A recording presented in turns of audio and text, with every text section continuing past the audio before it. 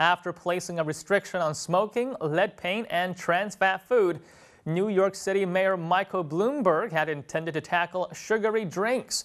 But a decision from New York State Supreme Court has put Bloomberg's plans on hold.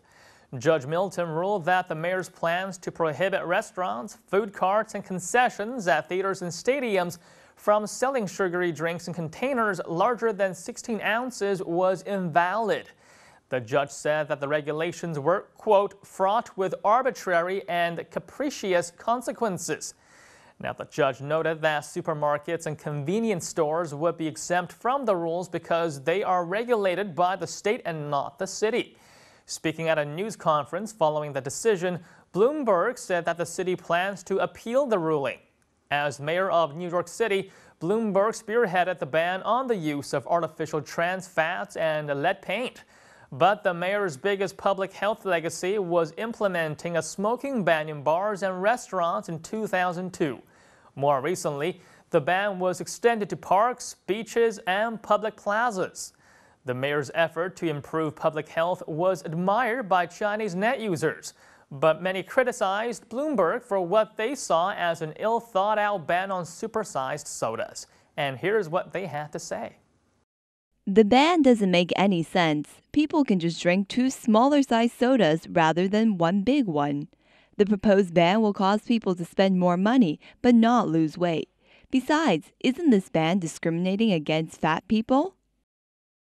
The American government is starting to interfere with the market.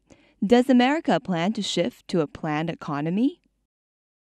Even if the ban was to be carried out, people will just substitute with other sweet drinks or multiple smaller-sized sodas. I don't understand why selling guns is okay, but selling large-sized bottles of soda is not. They need to add a new line in the U.S. Constitution, that people shall have the right to choose what they eat and drink. In order to solve the root of the problem, the U.S. government should just close the factories that produce these sugary soft drinks. The American lifestyle is not good for health. They need to modify their sugary drinks or eliminate them completely. I think it would be more effective to ban elevator usage.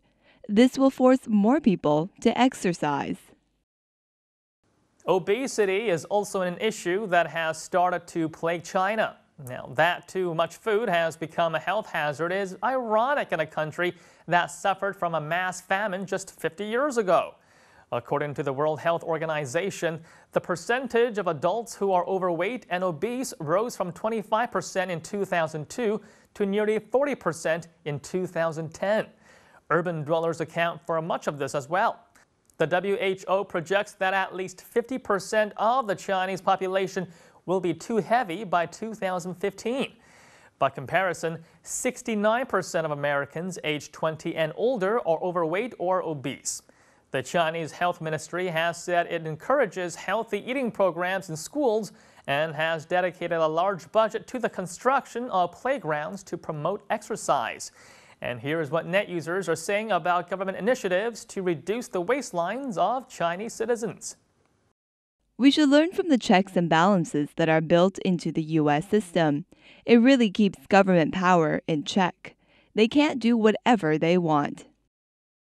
I don't know if our government will ever go to such efforts to try to improve public health. I think I understand now. Controlling supply is seen as caring about humanity, whereas controlling demand is a violation of human rights. The American government can ban certain products in order to ensure national health. Meanwhile, the Chinese government is struggling to get rid of poisonous foodstuff from the supply chain. The government's initiative to wean the population off an unhealthy lifestyle are nothing new. 1 year ago, the Danish government famously implemented the world's first fat tax. All foods with a fat content above 2.3% was taxed. Now, while the legislation did get some Danes to switch to lower fat alternatives, most of them simply bought their butter and ice cream in neighboring countries. The unclear results, combined with harmful effects on businesses, caused lawmakers to retract the fat tax 1 year later.